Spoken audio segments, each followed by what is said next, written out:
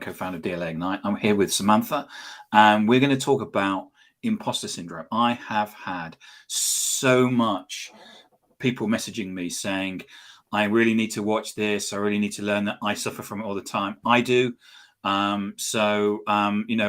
Samantha, it is just so great to see you and to talk to you about this. As people who watch this regularly know that I always ask you my guest the first question, which where can people find you? Because I want you to get your pitch in first, so you can people go, Samantha looks like she knows what she's talking about, I'm going to make contact with her. Well, mostly I am active on Twitter, and so my Twitter handle is my name at Samantha Demers. I'm also on LinkedIn. I'm pretty sure it's Samantha-Demers, but if you look me up, you'll see my picture. And there's not too many Samantha Demerses in the world, but there's they're probably, if they don't find you, I don't think they're searching hard enough. And Matt says hi as well. Oh, hi, Matt.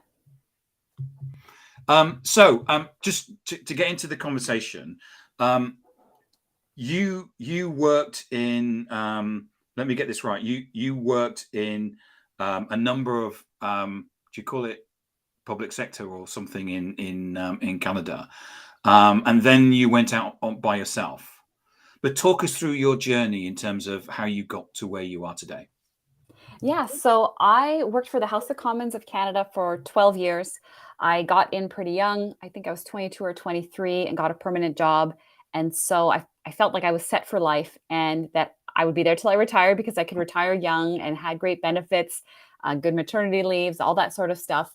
And mostly my career, I was doing different admin jobs. So I would go in different parts of the House of Commons doing admin. But near the end, I got my dream job, which was to be the event coordinator for the House of Commons on the employee side. So I would coordinate all the events for the employees, their long service awards. I was in charge of the United Way campaign and did some other big events. So I loved my job, but also, even though it was my dream job, my dream had changed and it was no longer my dream to work in the public sector forever. I would see people online that, wrote books or became public speakers or were coaches or just living this fabulous life. And I thought, oh, that's so exciting. I'd love to do that, but I can't. I'm stuck here. I have, what they call the golden handcuffs, that this perfect job and guaranteed pension and everything. So I was overworked near the end. I got burnt out. And during my burnout, it really helped me to see that not only did I get burnt out because I had a little bit too much work on my plate, but also because my dream had changed and I needed to be honest with myself about what I really wanted and give myself permission to do what I wanted. So after a few months of being off, deciding to quit, I left. I sent in my resignation letter, which was really hard. And then I, for 4 years, didn't do any of the fun things. I did do freelancing work. I went back part-time, worked for a different department. I learned how to do some marketing and copywriting. I started working with my husband in our online business, which I really enjoyed. But all the other stuff I didn't do for 4 years. I didn't write anything. I sort of dabbled. I would write these blog posts, but just keep in my notes. I would have outlines for books or ideas for podcasts or YouTube channels, but then never do anything mostly because I had imposter syndrome, but also because my niche wasn't super clear. And I thought, oh, if my niche is super clear, then I won't have imposter syndrome and then it'll be easy and I'll know what I'm doing. But after 4 years and during the pandemic and being stuck at home, I just looked around and realized I was 38 years old. I'm an older millennial. My daughters were becoming teenagers and thought, if I don't do something now, I'm never going to do it because obviously my imposter syndrome is not going away. And obviously my niche isn't becoming clear. So let me just try doing stuff, which is how I kind of ended up on Twitter. I didn't want to be on Instagram where all my friends and family were, but I wanted to start creating something. And so I went on Twitter, started creating some content, sharing in Twitter Spaces, which is kind of like Clubhouse where it's a live audio. And slowly have gotten over my imposter syndrome, but also have seen it come up time and time again. And that's sort of how this has become what I talk about, because I feel like there's so many people like me that, especially if they're a little bit older, that we just feel stuck and we have this imposter syndrome to just do something new. So what is it that, was it inspired you to do something? Because there's a famous saying, which is activity comes before inspiration. Because Yeah. quite often people are sort of saying, well, what will happen is that something will appear and all of a sudden I'll be told what to do. But actually, it's about the activity before the inspiration. I mean, what was it for you? So I felt the same way, that I thought that I would have the inspiration. I'd know exactly what to talk about and who my audience was and what I should share and how I should share it. But like you said, it's the activity before the inspiration. And I needed to just share a lot of things. And the other day I was sharing this. I had a list of all these different topics. I talked about quitting my job. I talked about marketing. I talked about relationships. I talked about being a parent. I explored all kinds of topics until I started to find things that I really felt inspired to share. And something that I've noticed with, at least with online content creators, is that the niche that you think you're going to have is often not even the niche that you end up with. And Yeah. even people that start out with something really clear, they're talking about leadership, they end up not really doing that in the end. They end up talking about relationships or something because there's things in my life that I love and I could talk about for hours with people, but I don't love sharing content about it online. And I couldn't figure that out until I started to take action and do things. And that's when it started to become clear, what do I actually like talking about? Mm. And what did you start doing? Was it a case of saying, right, I'm going to do something and I'm going to do so, because some people could sit there and say, what I'm going to do is I'm going to write a 2,000 word white paper and put that out online. I mean, what is it that you did that enabled you to take action? So I was kind of like those people and like to just think through and make a big plan. So at first I thought I was going to do a YouTube channel, but then I was too scared to be on video and have to do makeup all the time. So I thought, okay, well, I won't do that. I'll do writing. And so then I found Medium. I said, okay, maybe I could write articles and Mm. share ideas. So I went on Medium. I created an account. I paid to have a membership and was reading other people's stuff, but still not taking any action. Still Yeah. just trying to figure out how do I write the best way. So then I noticed a lot of the writers were on Twitter. And so I started to spend a bit more time on Twitter and thought, well, I guess this is where writers hang out and I have no friends and family here, so I can hang out here and hide in the shadows. So as I was on Twitter for a little bit, I came across this program called Ship 30 for 30, which is by Dickie Bush and Nicholas Cole. It's a 30-day challenge to write short essays. So they're about 200 to 300 word essays that you write and you put out as an essay, but you have to do them every single day for 30 days. And Yeah. I'm telling you, Tim, this is what changed my life. And not only just Mm. putting out these essays, but it's this idea of doing something that's hard, that Yeah. makes you uncomfortable, but Yes. isn't impossible. But Yes. you have to do it every single day and you have an end date. And so having that end Yes. date has helped me with so many other things. Even when I started doing Twitter spaces, I would say to a friend, well, let's do it for 3 weeks and see how it Yes. goes. And Yeah. then when I drafted a book, which is a book about imposter syndrome, it was just a 30-day experiment to Mm. just share things for 30 days. And so I've done this several times now in my content creation journey, which is to do something that's uncomfortable, do it Mm. for a consistent amount of time, but have an end date so that at the end you could decide, is it uncomfortable because it's new?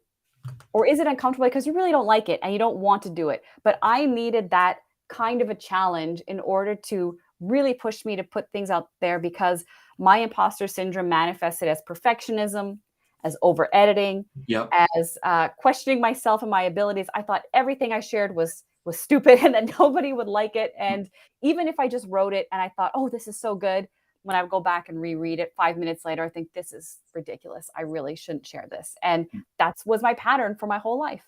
Mm. And I think that's true in so many of us, which is that um, what we expect is for everyone to come in and actually criticize. And that's not actually the way that social works, because everybody is in a similar position to ourselves.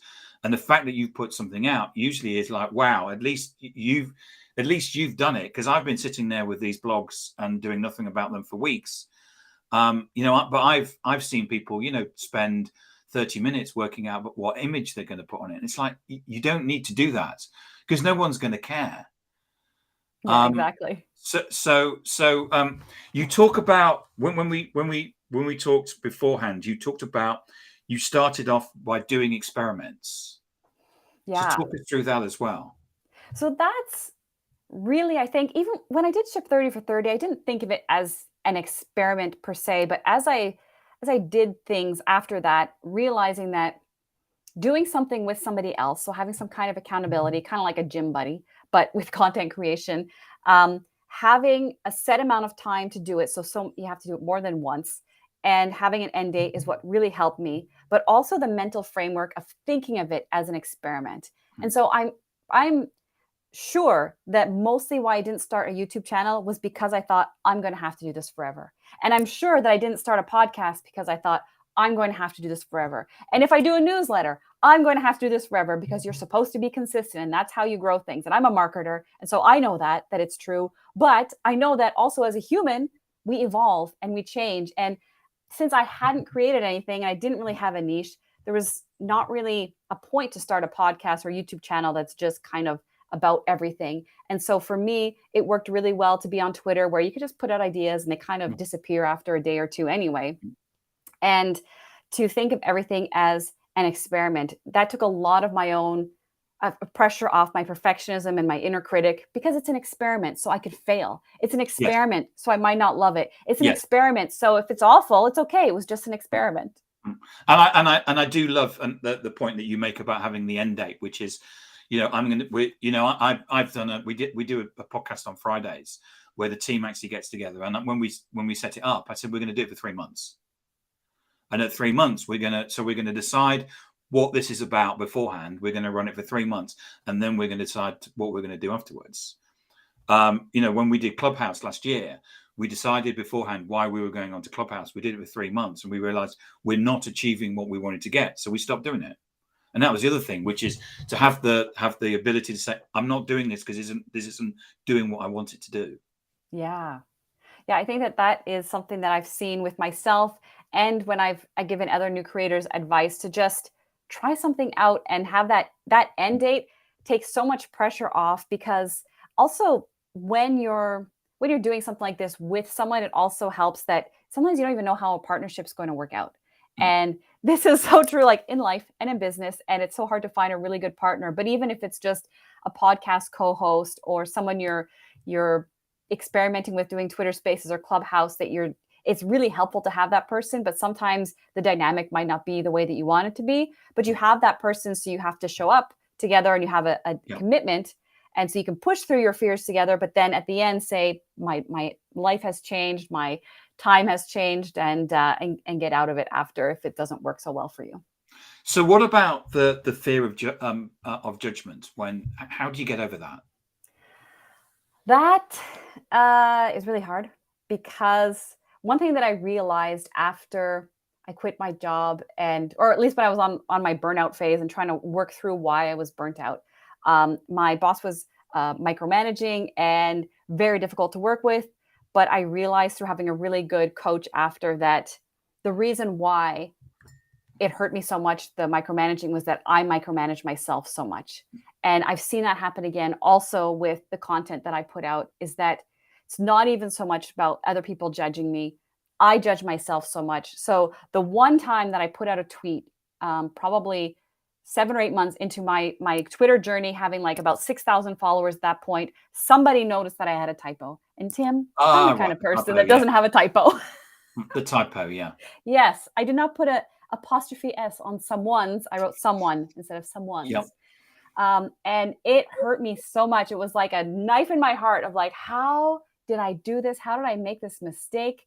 To be fair, when I was typing it up, it was very small print and I didn't really notice. But it made me realize that comment was it wasn't even a mean comment. It was just pointing it out, but I judged myself so much. And so even after 7 months of creating content, of leading spaces, of drafting a book and doing all kinds of things, being invited on podcasts to speak, that one comment really brought me down. And getting over the fear of judgment is really not easy, because most of the time we're judging ourselves more harshly than anyone else. And so for me, what's helped is just telling myself that anything is an experiment, and so that I don't feel like I have to do it perfectly. And I don't have to. Somebody says, oh, you made a mistake. Like, it was just an experiment. So it's okay. Matt says he blames productive texting. Yeah. Very funny, Matt. Thank you. Yeah, I think, I've uh, the grammar police are difficult. And I know that, quite often people say, they're meaning well when you miss the apostrophe s, and you go, but the thing is with tweets you can't edit. You either delete it or you leave it as it is. And my view always on this is it's a laugh, which is, okay, I missed it, and I always reply with a smiley face with the tears coming out their eyes, because it's like, yeah, I made a mistake, and we all do that. I had someone writing to me saying that they found reading my materials difficult because there were so many typos in them, and I wrote back and said, obviously the materials aren't for you. Well, that's it too, isn't it? Well, yeah, because there will always, when with my stuff there will always be typos. So you just get used to it. We did have one guy that basically I did have a guy that constantly replied to me saying this is where the typo is, which is really great, because I kind of felt that I was outsourcing the correction of work. But I think that we there's too many people out there that are willing to judge. And it was Gary Vee that said there's two types of people in this world: people that build things up and people that knock things down. And you have to decide which one of those you are. And I think I was really interested in your answer, because it's the $56 million question when it comes to doing stuff and imposter syndrome. Yeah. And also the other thing is that quote, and I don't want to, I forget the person, it's a famous person that said it, but it's about being the man in the arena, and being the one that you're either in the arena, taking the chance, doing the thing, or you're staying on the outside. And I also spoke to a friend who's an executive coach and a psychologist, and he was talking to me about that, and how when you're willing to do these things that are hard and uncomfortable, you're willing to go in the arena. And yes, you're going to make mistakes, but the people that judge, they are not the other people that are in the arena. They're the people that are sitting on the sidelines and are looking at somebody who's a little bit further ahead or taking a chance. And they're the only ones that are pointing out mistakes. Other people that are creating content, or especially if they have bigger followings or they're already authors or established YouTube creators, they are not going to smaller content creators and pointing out their flaws. It's never that. It's always people that are willing to take the risk themselves. And so because of probably their own judgment of themselves, they see errors in others and feel like it's helpful to point these things out, but it also makes them feel better about themselves. Like, well, I wouldn't make that mistake, but really they're not even taking the chance to do it. And so that really helped me as well, to think of that I'm actually creating something and sharing ideas with the world. Yeah. And that, just think about when you create a blog, or whenever you're creating a video, you're creating something, and it's going to be there forever. And yes, that takes bravery and courage to do that. But also, as you say, there's people out there that are not willing to do that, and they can sit and throw stones. But you're the one, as you say, you're the one in the arena. You're the one creating the stuff. Yeah. And you should be proud of that. And it doesn't have to be perfect. None of us are perfect. Mm-hmm. So I'm just putting up. I'm doing 2-3 things at once. I'm talking to you, and I'm thinking of questions, and I'm putting up the comments. So thank you to Andrew and Matt for those. Anyway, so talk about you. So you talk about your journey. I'm interested in your journey in terms of, you went onto Twitter. This is a person that's you're like, I had no experience at Twitter. You went onto Twitter. You're doing Twitter Spaces. You've been practicing public speaking. You've been moderating. You've been co-hosting. This isn't a person that's surely suffering from imposter syndrome. This is a person who knows their stuff and is really confident. I keep doing things that I think mean that I'm over my imposter syndrome. So I did those 30 essays last March, in March of 2021, and thought, well, now I'm not an imposter because I did these essays. So I switched from the essays to writing threads, but I wanted to speak. And so I did Twitter Spaces to practice speaking so that one day I could have a podcast. But I thought, well, Spaces will disappear, so I can practice. And I had imposter syndrome speaking and thinking, do I know what to say? And I felt uncomfortable leading the Twitter Spaces for about 20 or 30 that I did. I felt nervous every time I would go and sit, and I'd have to have my notes and my water. Yeah. just calm myself down. And then it was around, maybe I had done 50 or 60 where I started to feel like, okay, I think I understand how to do this. I'm feeling a little bit more confident. But it was only around 70 or 80 that I had hosted or co-hosted that I felt like, oh yeah, I could host a space, no problem. And then I was on Twitter hosting these spaces, doing threads from time to time because it's a bigger idea and you could share more things. But I was not sending out individual tweets, Tim. I felt like all my tweets were stupid and so I should not tweet. And I in August, this is about 5 months later, I saw there was a Tweet 100 challenge. So it's another challenge a bunch of my friends were doing. It was 100 days, so it had that end date. And so I decided to commit to writing a tweet and having to put in my thoughts in one idea rather than a whole bunch of lines where I could share my idea more fully. So I practiced this tweet and it felt uncomfortable and I felt like an imposter until about day 50 or 60 when I realized, oh, I think I know how to write a tweet. And that's almost 2 months of writing one tweet a day until I kind of feel like I know what I'm doing. And by this point, I had about 3,000 followers. So I was doing pretty well. And I started a small group that of creators that I was leading on Discord and started to tweet more often until I got to January or February when I decided it's probably time for me to do a newsletter. I had about 7,000 followers. And even though I had this creator group on Discord with almost 200 creators, I've been hosting spaces and people know me for it and they always show up and I have all these followers and I tweet all the time and I get comments. I felt like such an imposter writing a newsletter. And I was just going to send out an email once a week to people. And I felt like an imposter just even telling people that I have an email. And so I sent out a tweet saying, hey, I don't even know if this is good. I don't know if anyone's going to read it, but I really hope that maybe some people will. And I'm just sharing this because I want to tell you that I feel really uncomfortable. And I've now been doing the newsletter for about 2 months and I have over 400 people that are subscribed. And so every day I get 1 or 2 more subscribers and people email me back saying that what I'm sharing is really helpful. But this imposter syndrome doesn't go away. It feels uncomfortable anytime I'm doing something new. And I thought that just writing a newsletter was going to be easy. And so my lesson has been learned that I'm going to keep feeling this way anytime I do something that's a little bit bigger and a little bit scarier than what I've done before, even though and writing an email shouldn't be that scary. It felt so scary to me. And also, as I've gone through all of these different experiments, I've realized it usually takes about 50 or 60 times of doing something before you start to feel kind of comfortable. And I wish it was faster, Tim. And I wish it was easier. I wish I could just give you a magic phrase that you could say where imposter syndrome is going to go away and you're going to feel so confident.